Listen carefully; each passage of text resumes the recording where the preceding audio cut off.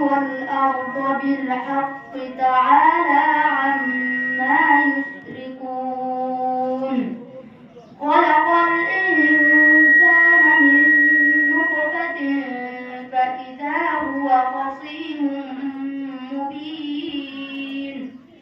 والأنعام خلقها لكم فيها دفء ومنافع ومنها تأكلون ولكم فيها جمال حين تريحون وحين تسرحون وتحمل أثقالكم إلى بلد لم تكونوا بالغيه إلا بشق الأنفس إن ربكم لرؤوف رحيم.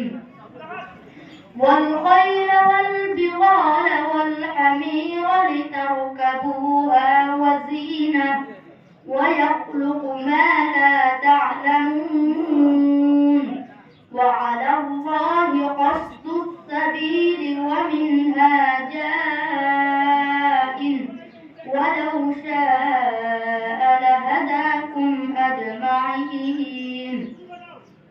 هو الذي أنزل من السماء ماء لكم منه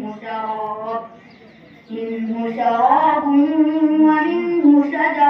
ومنه شجر فيه تسيمون ينبت لكم به الزرع والزيتون والنخيل والأعناب ومن كل الثمرات إن في ذلك لآيات لقوم يسمعون.